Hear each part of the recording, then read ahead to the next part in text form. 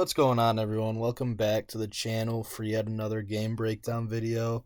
But before I get into the video, I just like to ask you guys for a little bit of feedback on what you'd like to see on these videos. I've been including pictures of the stats and pictures of the lines, and in previous videos I've been doing highlights, but the highlights I think have been causing a problem with YouTube in terms of copyright stuff. I think it's just preventing people from being able to see the videos. So I just appreciate it if you let me know what you guys would like to see. I can do a face cam of me going through the numbers, and I can include the numbers on the screen as well. I just kind of like to see what you guys are interested in, and I can definitely make that happen. And getting into the numbers now for the Mavs and Suns game two.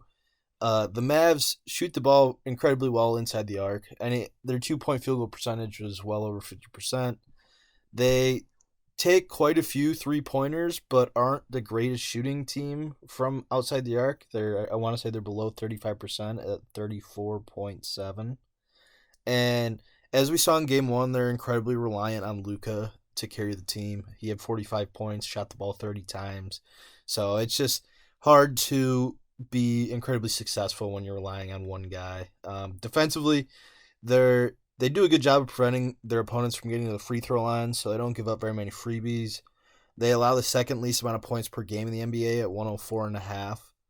They defend the 3 pointer very well, but they also play at a very slow pace, so they try to limit the number of possessions, which can kind of hurt their offense because they aren't the greatest shooting team.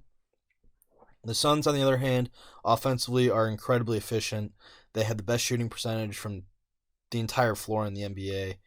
They struggled to get to the free throw line, though, so between their struggle to get there and the Mavs' ability to prevent their opponents from getting to the free throw line, I wouldn't expect the Suns to shoot a ton of free throws this series.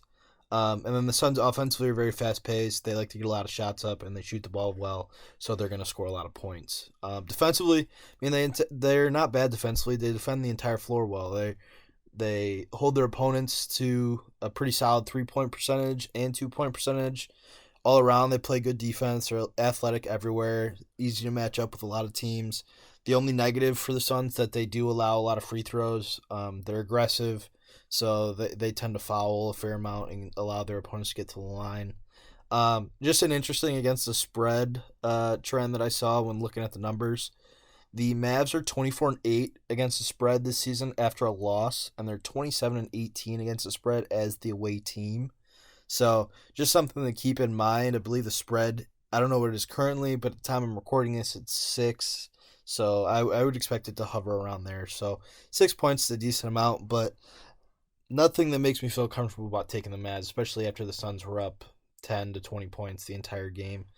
In game one, then going into game one, Ayton created quite a few matchup problems for the Mavs. I don't think they have a big that can really defend him. He had over 20 points in game one. He's just a problem. If you have a good big, then you might be able to match up with him well, but then it leaves guys like Devin Booker and Chris Paul and the supporting cast to exploit the other matchups. Also, Luka carried the Mavs, as I said earlier. He had 45 points. I just don't think he's going to be able to put up that number again in game two, especially being on the road. Maybe if they were in Dallas, I'd say he would have a shot, but I don't think he's going to do that. And then the Suns, like I just mentioned, are much more well-rounded than the Mavs. All over the floor, they have plus matchups, and it's going to be kind of hard for them to. It's going to be kind of hard for the Mavs to stop the Suns tonight. So my picks going off that are first quarter money line and Suns money line. I didn't want to mess with the spread for the game. I just think with the against the spread trends, it's interesting by the Mavs. And I do think the Suns end up winning, but I think it could be by 3 points or could be by 20 points.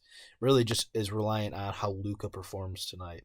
And the money line, first quarter money line, it's just they're at home. They're the better team. They're the better team offensively. So I expect them to come out and shoot the ball well from the start of the game, and the crowd's going to get into it and play a big role. So I'll take first quarter money line, and that line's significantly less than the money line for the game.